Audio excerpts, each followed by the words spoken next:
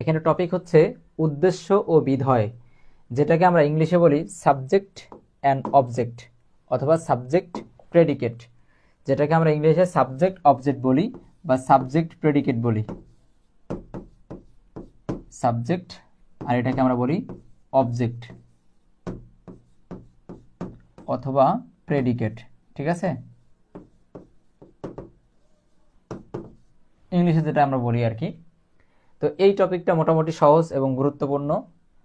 আমি আজকেও আমার কোচিং সেন্টারে পড়াইছিলাম, মোটামুটি সহজ ছিল এবং বেশ কিছু গুরুত্বপূর্ণ পরিভাষা কিন্তু এখানে আছে, কিছু ডেফিনেশন আছে, এগুলো একটুখানি ভালো করে খেয়াল করলে পড়লেই এই চ্যাপ্টার থেকে যে কোশ্চেনটা আপনাকে দিবে আপনি অবশ্যই আনসার করতে পারবেন। চলেন তাহলে পড়া শুরু করি। বলা হচ্ছে বাক্যকে উদ্দেশ্য ও বিধেয় এই দুইটি অংশে ভাগ করা যায়। কথাটা আমরা ঘুরাই বলি, একটা বাক্যের দুইটা অংশ থাকে, একটা হচ্ছে উদ্দেশ্য আর একটা হচ্ছে বিধেয়। কথাটা আবার বইয়ের মতো করে বলি যে বাক্যকে দুইটা অংশে, বাক্যকে উদ্দেশ্য ও বিধেয় এই দুইটা অংশে ভাগ করা যায়। এবার আমরা আমাদের মতো ঘুরাই বলি, একটা বাক্যের দুইটা অংশ থাকে, একটা হচ্ছে উদ্দেশ্য আর একটা হচ্ছে বিধেয়, যেটাকে আমরা ইংলিশে বলি সাবজেক্ট অ্যান্ড অবজেক্ট অথবা সাবজেক্ট অ্যান্ড প্রেডিকেট। ঠিক আছে, এই লাইনটা অবশ্যই মার্কিং করবেন, অবশ্যই হাইলাইট করবেন এই লাইনটা। বাক্যকে উদ্দেশ্য ও বিধেয় এই দুইটি অংশে ভাগ করা যায়। বাক্যে যাকে উদ্দেশ্য করে কিছু বলা হয় তাকে বলা হয় উদ্দেশ্য। বাক্যে যাকে উদ্দেশ্য করে কিছু বলা হয় তাকে উদ্দেশ্য বলে। বাক্যে যাকে উদ্দেশ্য করে কিছু বলা হয়, যাকে উদ্দেশ্য করে কিছু বলা হয় তাকে উদ্দেশ্য বলে, ইংলিশে বলে সাবজেক্ট। যেমন এখানে একটা সেন্টেন্স বা একটা বাক্য দেওয়া আছে, এই বাক্যটা আমরা একটু খেয়াল করে পড়লেই এখানে কে উদ্দেশ্য আর কে বিধেয় আমরা কিন্তু বের করতে পারবো। দেখেন, সুমন বল খেলে, কার সম্পর্কে বলা হচ্ছে? সুমন সম্পর্কে বলা হচ্ছে। কাকে উদ্দেশ্য করে বলা হচ্ছে? সুমনকে উদ্দেশ্য করে বলা হচ্ছে। তাহলে বাক্যে সুমন হচ্ছে উদ্দেশ্য বা সাবজেক্ট। দেখেন এই বাক্যে এখানে সরাসরি ক্লিয়ার করে দিছে, এই বাক্যে সুমনকে উদ্দেশ্য করে কিছু বলা হচ্ছে, অতএব সুমন হচ্ছে বাক্যটির উদ্দেশ্য। একটা বাক্যে যা বলা হয় সেটা হচ্ছে বিধেয়, যাকে উদ্দেশ্য করে বলা হয়, যার সম্পর্কে বলা হয় সেটা হচ্ছে, যার সম্পর্কে বলা হয় সে হচ্ছে উদ্দেশ্য। যার সম্পর্কে বলা হয়, যাকে উদ্দেশ্য করে বলা হয় সে হচ্ছে উদ্দেশ্য বা সাবজেক্ট। যেমন এই যে বাক্যটা এখানে আছে, এখানে কি বলা হচ্ছে? সুমন বল খেলে, কার সম্পর্কে বলা হচ্ছে?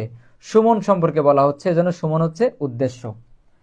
এবার বাক্যে উদ্দেশ্য সম্পর্কে যা বলা হয় তাকে বিধেয় বলে, বিধেয় বলে, ঠিক আছে। যা বলা হয় উদ্দেশ্য সম্পর্কে, ওই যে সুমন উদ্দেশ্য, এবার সুমন সম্পর্কে যা বলা হবে সেটা হচ্ছে বিধেয়। আমরা একটু ক্লিয়ার করি, একটা বাক্যে যাকে উদ্দেশ্য করে বা যার সম্পর্কে বলা হবে তাকে বলা হয় উদ্দেশ্য। একটা বাক্যে যাকে উদ্দেশ্য করে বা যার সম্পর্কে বলা হবে তাকে বলা হয় উদ্দেশ্য। আর যেইটা বলা হয়, উদ্দেশ্য তো একজন আছে, সাবজেক্ট তো একজন আছে, বা একজনের সম্পর্কে তো বলা হচ্ছে, ওই যে উদ্দেশ্য ওর সম্পর্কে যেটা বলা হচ্ছে সেটা হচ্ছে বিধেয়, ঠিক আছে, বিধেয়, ঠিক আছে। যেমন বিধেয় বলে, বিধেয় অংশে সাধারণত ক্রিয়া থাকে, মানে কাজ থাকে, ভার্ব থাকে। বিধেয় অংশে সাধারণত ক্রিয়া থাকে, কাজ থাকে। যেমন সুমন বল খেলে, এখানে কোনটা ক্রিয়া? খেলাটা এখানে ক্রিয়া, বল কিন্তু ক্রিয়া না, খেলা এটা হচ্ছে ক্রিয়া। এখানে বল খেলে এই অংশটি বাক্যের বিধেয়, কারণ সুমন সম্পর্কে এই কথাটা বলা হচ্ছে। ব্যাস, আমরা প্রথম প্যারা পড়েছি, আমরা একটু রিপিট করি। একটা বাক্যে দুইটা অংশ থাকে, এক হচ্ছে উদ্দেশ্য আর এক হচ্ছে বিধেয় বা বিধেয়। উদ্দেশ্য এবং বিধেয়, উদ্দেশ্য এবং বিধেয়, বাক্যের দুইটি অংশ থাকে, উদ্দেশ্য এবং বিধেয়। এখন কথা হচ্ছে যে একটা বাক্যে যার সম্পর্কে বলা হয়, যাকে উদ্দেশ্য করে বলা হয় তা সে হচ্ছে উদ্দেশ্য। আর যা বলা হয় উদ্দেশ্যকে উদ্দেশ্য করে বা যার সম্পর্কে বলা হয় তাকে যেইটা বলা হয় বা যেই কথাটা বলা হয় সেটা হচ্ছে বিধেয়। উদ্দেশ্য সম্পর্কে যেই কথাটা বলা হয়, যে বাক্যটা বলা হয়, যে অংশটা বলা হয় সেটা হচ্ছে বিধেয় অংশ। আশা করছি উদ্দেশ্য এবং বিধেয় ক্লিয়ার। এবার বিধেয় অংশের মধ্যে সাধারণত কি থাকে? ক্রিয়া থাকে। বিধেয় অংশের মধ্যে সাধারণত ক্রিয়া থাকে। এই যে সুমন বল খেলে, এই বাক্যে কার সম্পর্কে বলা হচ্ছে? কাকে উদ্দেশ্য করে বলা হচ্ছে? সুমন সম্পর্কে বলা হচ্ছে, সুমনকে উদ্দেশ্য করে বলা হচ্ছে, এজন্য এখানে সুমন হচ্ছে কি সাবজেক্ট তথা হচ্ছে উদ্দেশ্য। আর সুমন সম্পর্কে যা বলা হচ্ছে, ওই উদ্দেশ্য সম্পর্কে বা সাবজেক্ট সম্পর্কে যা বলা হচ্ছে সেটা হচ্ছে বিধেয়। তার মানে বল খেলে, এটা কার সম্পর্কে বলা হচ্ছে? সুমন সম্পর্কে, এজন্য এটা হচ্ছে বিধেয়। আর উদ্দেশ্যকে যার সম্পর্কে বলা হয়, সুমন বল খেলে, কার সম্পর্কে বলা হচ্ছে? সুমন সম্পর্কে বলা হচ্ছে। সুমন হচ্ছে উদ্দেশ্য। আশা করছি এতটুকু বুঝতে পেরেছেন। সামনের দিকে আগাই। এরপরে বলা হচ্ছে বাক্য দীর্ঘতর হলে উদ্দেশ্য ও বিধেয় অংশের সঙ্গে নানা ধরনের শব্দ ও বর্গ যুক্ত হতে পারে। এই যে সুমন বল খেলে, ছোট একটা বাক্য, কিন্তু যদি বাক্য দীর্ঘ হয়, বড় হয়, তাহলে এই উদ্দেশ্য এবং বিধেয় এদের সাথে নতুন নতুন শব্দ এবং বর্গ যুক্ত হতে পারে। ঠিক আছে? সুমন বল খেলে, ছোট একটা বাক্য, এখানে উদ্দেশ্য সুমন, বিধেয় হচ্ছে বল খেলে। এই যে ছোট একটা বাক্য, এখানে কিন্তু পিক করা সহজ, কে উদ্দেশ্য কে বিধেয়, পিক করা কিন্তু সহজ। কিন্তু যদি বাক্যটা দীর্ঘ হয়, বড় হয়, লেন্দি হয়, ঠিক আছে, সেই ক্ষেত্রে এই উদ্দেশ্যের সঙ্গে এবং বিধেয়ের সঙ্গে আরো নতুন নতুন শব্দ এবং বর্গ যুক্ত হতে পারে। উদ্দেশ্য ও বিধেয়কে এই সব শব্দ ও বর্গ প্রসারিত করে বলে এগুলোর নাম প্রসারক। প্রসারিত করে মানে কি? বড় করে। প্রসারিত করে মানে কি? বড় করে। যখন ছোট একটা বাক্য, তার মধ্যে উদ্দেশ্য আছে, বিধেয় আছে, এবার এই বাক্যটা যখন বড় হবে, এই বাক্যটা যখন বড় হবে তখন উদ্দেশ্যের সঙ্গে কিছু যুক্ত হবে, কিছু পদ বা কিছু বর্গ, কিছু শব্দ যুক্ত হবে। একইভাবে বিধেয়ের সঙ্গে কিছু শব্দ বা কিছু পদ, কিছু বর্গ যুক্ত হবে। এই বিধেয়ের সাথে এবং উদ্দেশ্যের সাথে এই পদ এবং বর্গগুলো যুক্ত হয়ে ওই উদ্দেশ্য এবং বিধেয়কে কি করে? সম্প্রসারিত করে, বড় করে। আর বড় করে বিধায় ওই শব্দ এবং বর্গ যেগুলো উদ্দেশ্য এবং বিধেয়ের সাথে বসে বাক্যটাকে বড় করে, ওই শব্দ এবং বর্গকে কি বলা হয়? প্রসারক বলা হয়। কারণ এটা প্রসার করে, বড় করে, সম্প্রসারিত করে, প্রসার করে, বৃদ্ধি করে, এই জন্য এটাকে বলা হয় কি? প্রসারক। একটা ছোট বাক্য, বাক্যের মধ্যে উদ্দেশ্য আছে, বিধেয় আছে। এবার এই বাক্যটা যখন বড় হবে তখন উদ্দেশ্যের সাথে এবং বিধেয়ের সাথে নতুন নতুন পদ এবং বর্গ যুক্ত হবে। ওইগুলা এই বাক্যটাকে বড় করে বিধায়, সম্প্রসারিত করে বিধায়, প্রসারিত করে বিধায়, ওই যে শব্দগুলা যেগুলো যুক্ত হয়, নতুন নতুন শব্দ বা বর্গ যুক্ত হয়, ওগুলোকে বলা হয় প্রসারক। কারণ ওগুলো কি করে? বাক্যকে প্রসারিত করে। আশা করছি বুঝতে পেরেছেন। এছাড়া বিধেয় ক্রিয়া বিশেষ্য অংশকে বলা হয় পূরক। এছাড়া বিধেয়ের মধ্যে ক্রিয়া বিশেষ্যকে বলা হয়, ক্রিয়া বিশেষ্য অংশকে বলা হয় পূরক। এই লাইনটা যথেষ্ট গুরুত্বপূর্ণ। এখানে খেয়াল করেন, ক্রিয়া বিশেষ্য, জানেন কাকে ক্রিয়া বিশেষ্য বলে? ক্রিয়ার নাম বোঝায় যেটা, সেটাকে বলা হয় ক্রিয়া বিশেষ্য। বিশেষ্য মানে কি? নাউন বা নাম। আর ক্রিয়া মানে কি? ভার্ব। ক্রিয়ার নাম বোঝায় যেটা, সেটা হচ্ছে ক্রিয়া বিশেষ্য। ঠিক আছে? আমি বই পড়েছিলাম, এখানে ক্রিয়া কোনটা? কাজ কোনটা? পড়েছিলাম। এবার এই যে পড়েছিলাম, যে কাজটা, এই কাজের নামটা কি? বই পড়েছিলাম। এই বইটা হচ্ছে পূরক বা ক্রিয়া বিশেষ্য। আর এই বিধেয় অংশে যে ক্রিয়া বিশেষ্যটা থাকে সেটাকে বলা হয় পূরক। এমনিতেই ক্রিয়ার নামকে বোঝায় কি? ক্রিয়া বিশেষ্য। ক্রিয়ার নামকে কি বলা হয়? ক্রিয়া বিশেষ্য। কিন্তু বিধেয় অংশের মধ্যে যে ক্রিয়া বিশেষ্যটা থাকে, ক্রিয়ার নামটা থাকে, কাজের নামটা থাকে, সেটাকে বলা হয় পূরক। আশা করছি বুঝতে পেরেছেন। এইখানে আমরা একটা সুন্দর বাক্য পেয়েছি। এই বাক্য দিয়ে আমাদের যত ডিফিকাল্ট বা যত প্রাইরিসি আছে বা কনফিউশন আছে সেটা আমাদের এখান থেকে দূর হয়ে যাবে। দেখেন, সেলিম সাহেবের ছেলে সুমন গাছতলায় বসে বই পড়ছে। এখানে উদ্দেশ্যকে, উদ্দেশ্য কাকে বলে? যার সম্পর্কে বলা হয়, যাকে উদ্দেশ্য করে বলা হয়, যার সম্পর্কে বলা হয়, যাকে উদ্দেশ্য করে বলা হয়, তাকে কি বলা হয়? উদ্দেশ্য বলা হয়। এই যে সেলিম সাহেবের ছেলে গাছতলায় বসে বই পড়ছে, কার সম্পর্কে বলছে? সেলিম সাহেব সম্পর্কে? গাছতলা সম্পর্কে? কি সম্পর্কে? সুমন সম্পর্কে বলছে। এই যে সেলিম সাহেবের ছেলে সুমন গাছতলায় বসে বই পড়ছে, কার সম্পর্কে বলছে? সুমন সম্পর্কে বলছে। এখানে সুমন হচ্ছে উদ্দেশ্য, কারণ আমরা জানি যে যার সম্পর্কে বলা হয়, যাকে উদ্দেশ্য করে বলা হয়, সে হচ্ছে উদ্দেশ্য। কিন্তু এখানে কিন্তু ছোট বাক্য না, এই উদ্দেশ্যের সাথে কিন্তু আরো যুক্ত হয়েছে। ওই যে বলছিলাম নতুন নতুন পদ, শব্দ বা বর্গ যুক্ত হয়ে বাক্যটাকে কি করবে? বড় করবে। এই যে উদ্দেশ্যের সাথে এই অংশটা যুক্ত হয়েছে, যুক্ত হয়ে কি করছে? বাক্যটাকে কি করছে? বড় করেছে, প্রসার করেছে। এই জন্য এটা কি বলা হবে? প্রসারক বলা হবে। এখান থেকে এতটুকু প্রসারক। আবার এবার এখানে আছে বিধেয় অংশ কোনটা? বই পড়ছে, বই পড়ছে, এটা বিধেয় অংশ। বিধেয় অংশের মধ্যে কি থাকে? ক্রিয়া থাকে। এই যে ক্রিয়া থাকে। এইবার ক্রিয়া বিশেষ্যকে কি বলে? ক্রিয়া বিশেষ্য কোনটা? কাজের নামটাকে বলা হয় ক্রিয়া বিশেষ্য।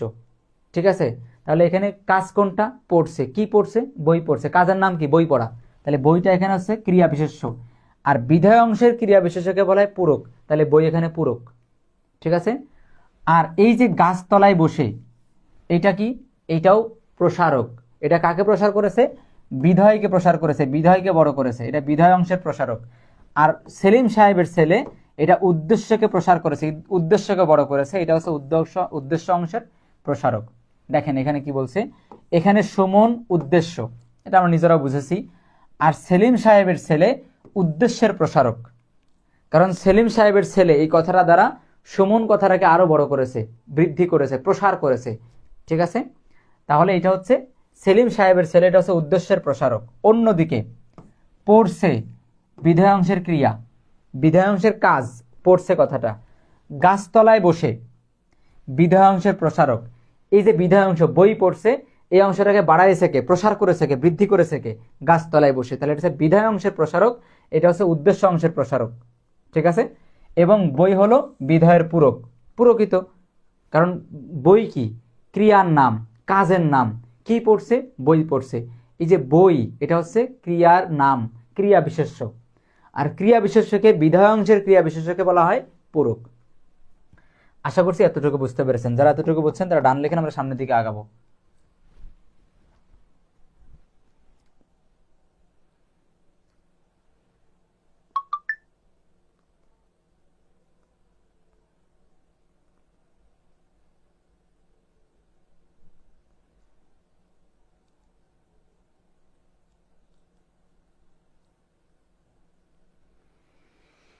বলেন তো কারো সমস্যা আছে কিনা? সমস্যা না থাকলে ডান লেখেন, সামনের দিকে আগাবো। তানহা ইসলাম বলছেন আসসালামু আলাইকুম। ওয়ালাইকুম আসসালাম। সুলতান মাহমুদ সালাম দিচ্ছেন, ওয়ালাইকুম আসসালাম। শাহিন আলম সালাম দিচ্ছেন, জিজ্ঞাসা করছেন কেমন আছি, আলহামদুলিল্লাহ। মাহিদুল ইসলাম রয়েছেন, আয়েশা সিদ্দিক সালাম দিচ্ছেন, বিপ্লব সালাম দিচ্ছেন, আবদুল্লাহ সালাম দিচ্ছেন, সবাই সালাম দিচ্ছেন, ওয়ালাইকুম আসসালাম। তানহা ইসলাম, আপনাকে একটু এক্সট্রা করেই বলি, এবং মাহিদুল ইসলাম, এরপরে হচ্ছে আর কে, আরও বেশ কয়েকজন যাদের হাতের লেখার অবস্থা খুবই খুবই খুবই খারাপ, একেবারে 3-4 বাচ্চাদের মতন। এই হাতের লেখা নিয়ে বোর্ডে যাওয়া যাবে না। সামনে রমজান মাস আসছে, বসবেন, বসে বসে লিখতেই থাকবেন, অক্ষরগুলা ঠিক করবেন, লাইন সোজা করবেন, অক্ষরগুলা সুন্দর করবেন। ঠিক আছে, আর নয় কিন্তু বড় রকমের বিপদে পড়বেন, আর নয় কিন্তু বড় রকমের বিপদে পড়বেন। কারণ আপনার টিচারের কাছে, যেই টিচার আপনার খাতা দেখবে, সেই টিচারের কাছে কিন্তু আপনার রোল নম্বর, আপনার নাম, আপনার ঠিকানা কিছুই যাচ্ছে না, যাচ্ছে আপনার খাতা। সেই খাতা যদি সুন্দর না হয়, হাতের লেখা ভালো না হয়, তাহলে আপনি স্যারকে বোঝাবেন কেমনে যে আপনি খুব ভালো বুঝেন বা আপনি স্টুডেন্ট ভালো, এটা বোঝাবেন কেমনে? আরও অনেকেই আছেন যাদের হাতের লেখা, আমি সবার নাম তো আসলে এখন মনে নেই, তাদের অবস্থা খুবই খারাপ। হাতের লেখা ঠিক করবেন। ঠিক আছে,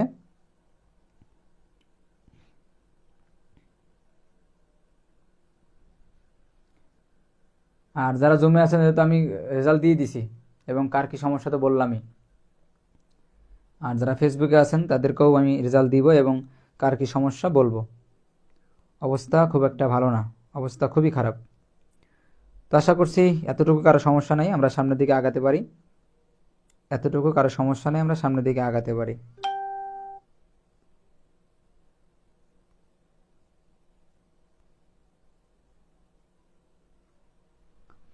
আচ্ছা, অবশ্যই আমি আজকে পড়াই দেওয়ার পরে আপনারা পরবর্তী 24 ঘন্টার মধ্যে নিজেরা অবশ্যই অবশ্যই একবার পড়বেন, নিজেরা বুঝে বুঝে অবশ্যই একবার পড়বেন, এবং আপনার মডেল টেস্টে, আপনার সাজেশনে বা আপনার যে কোনো রকম গাইডে এই 33 পরিচ্ছেদ থেকে যেই এমসিকিউগুলো আছে সেগুলো প্র্যাকটিস করবেন। প্র্যাকটিসের বিকল্প নাই। আর বাংলা সেকেন্ড পার্টের ক্ষেত্রে মূল বই পড়ার কোনো বিকল্প নাই। ভালো করে বুঝছেন কিনা জানাবেন। আসেন এরপর থেকে পড়ি। এরপরে কি বলা হচ্ছে, তবে উদ্দেশ্য ও বিধয়ের এই অবস্থান বদলে যেতে পারে। তবে উদ্দেশ্য এবং বিধয়ের এই অবস্থান বদলে যেতে পারে, পজিশন বদলাতে পারে। আমরা দেখতে পাচ্ছি বাক্যের ক্ষেত্রে উদ্দেশ্য প্রথমে থাকে আর বিধয় পরে থাকে। উদ্দেশ্য প্রথমে থাকে, বিধয় অংশ পরে থাকে। এই যে পজিশন, উদ্দেশ্য আগে বসে, বিধয় অংশ পরে বসে, এই পজিশনটা পাল্টে যেতে পারে, উল্টে যেতে পারে। আগে বসতে পারে বিধয়, পরে বসতে পারে কি উদ্দেশ্য। এতে করে আমাদের মাথার মধ্যে পেছানো যাবে না। আমরা বুঝবো কিভাবে আগে নাকি পরে, এটা আমাদের ডাজেন্ট ম্যাটার। আমরা কি দেখব, যে যার সম্পর্কে বলা হবে, যাকে উদ্দেশ্য করে বলা হবে, সেটা হচ্ছে উদ্দেশ্য। আর বিধয় কি, যা বলা হবে, উদ্দেশ্য সম্পর্কে যা বলা হবে সেটা হচ্ছে বিধয়। এবার বিধয়কে যে বড় করবে সে হচ্ছে বিধয় অংশের প্রসারক, আর উদ্দেশ্যকে যে বড় করবে সে হচ্ছে উদ্দেশ্য অংশের প্রসারক। আর এই প্রসারকের কারণেই বাক্যটা বড় হবে।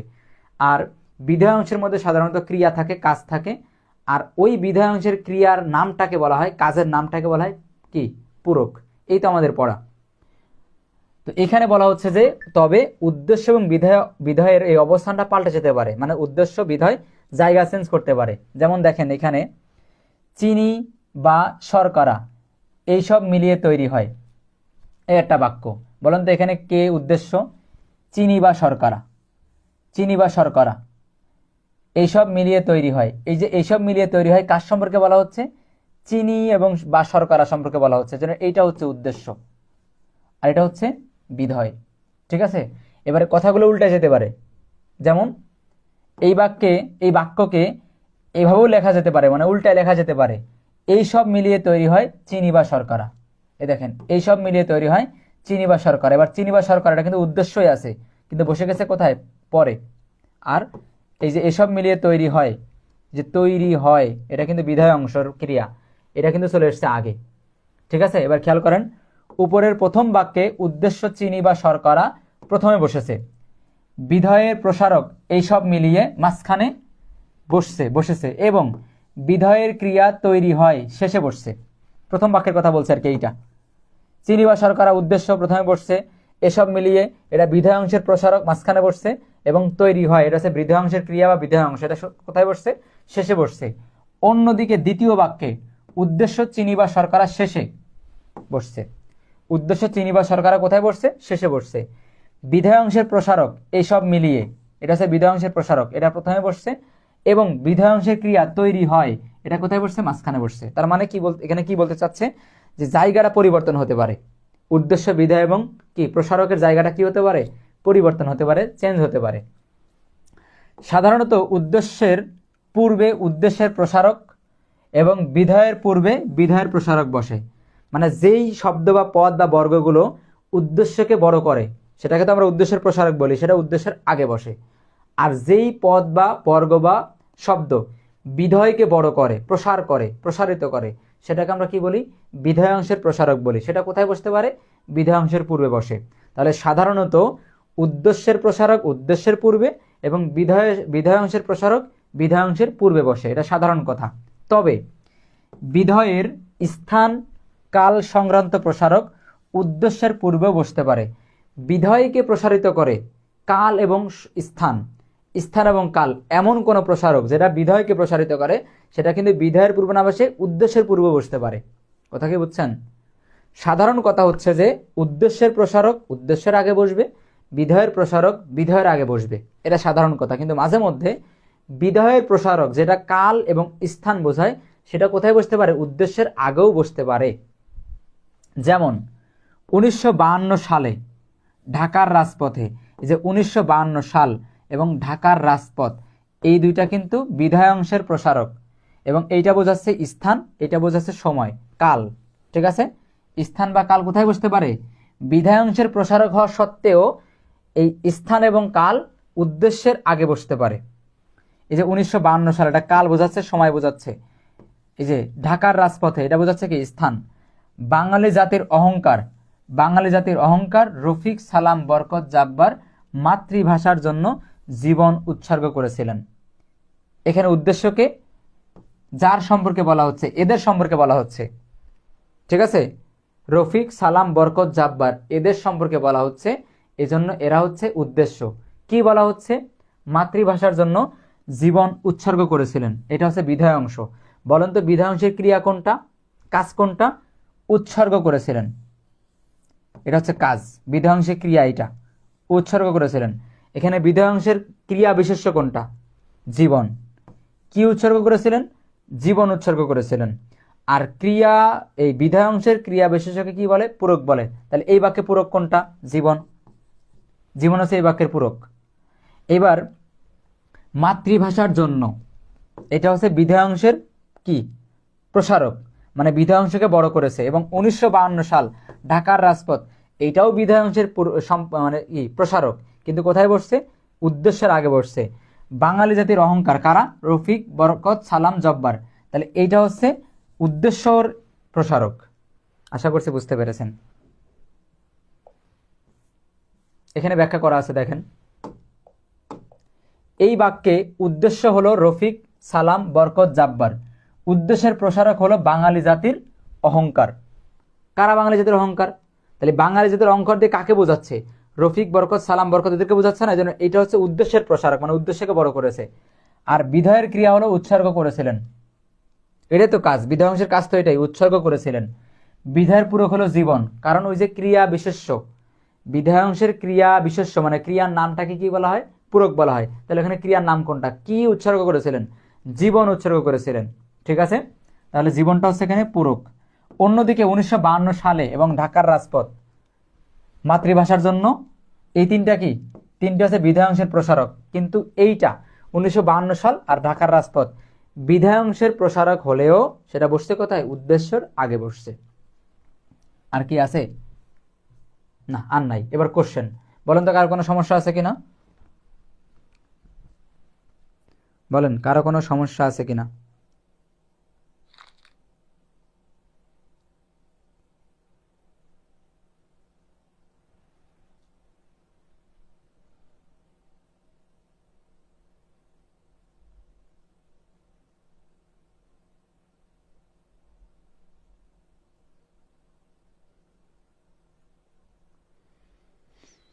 দ্রুত বলেন, দ্রুত।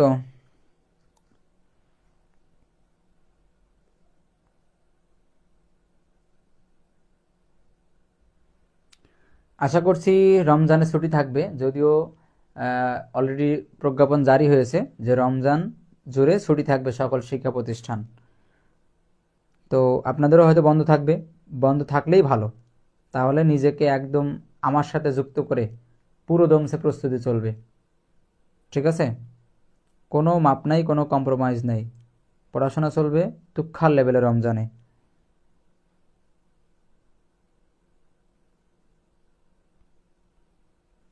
চলেন তাহলে আমরা এবার দেখি যে আমরা কোশ্চেনগুলো পারি কিনা। বোর্ড বইয়ের কিছু কোশ্চেন দেওয়া আছে, এগুলোও গুরুত্বপূর্ণ। আর যে উদাহরণগুলো ছিল পড়ার মধ্যে, ওগুলোও গুরুত্বপূর্ণ।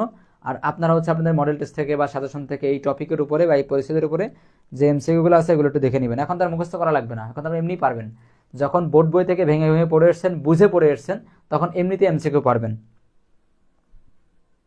চলেন তাহলে এমসিকিউগুলো দেখি।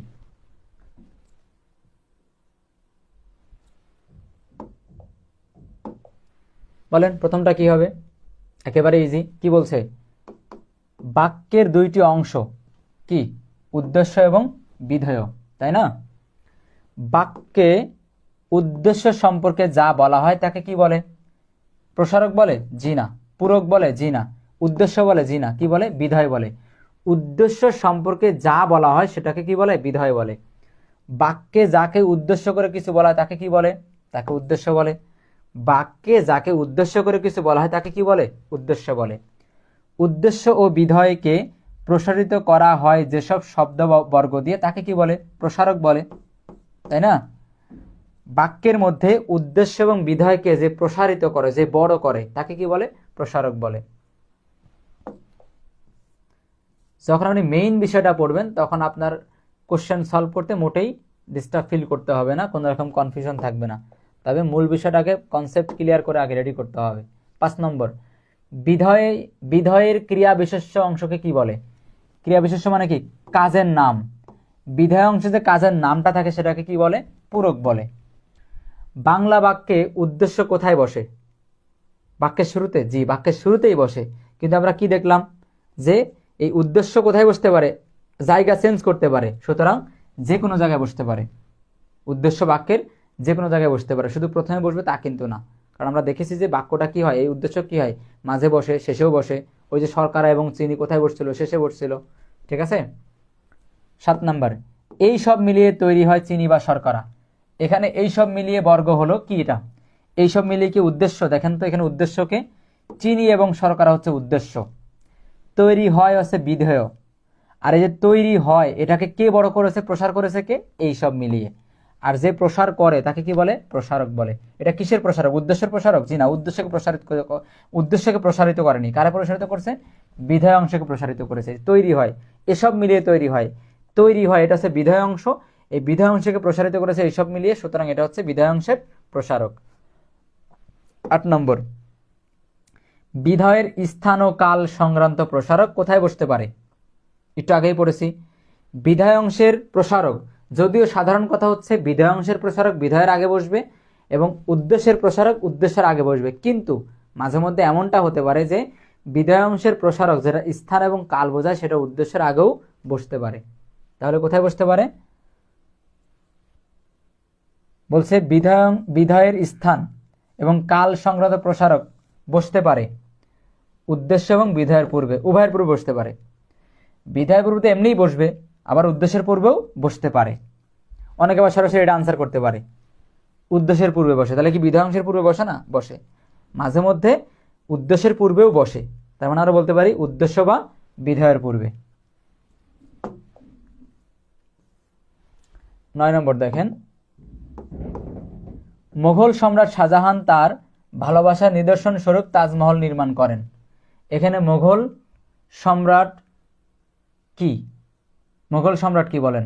আগে দেখেন বাক্যের কোন জিনিসটা কি, শাহজাহান, এখানে কি উদ্দেশ্য, কারণ শাহজাহান সম্পর্কে বলা হচ্ছে যে মুঘল সম্রাট শাহজাহান তার ভালোবাসার নিদর্শন স্বরূপ তাজমহল নির্মাণ করেন।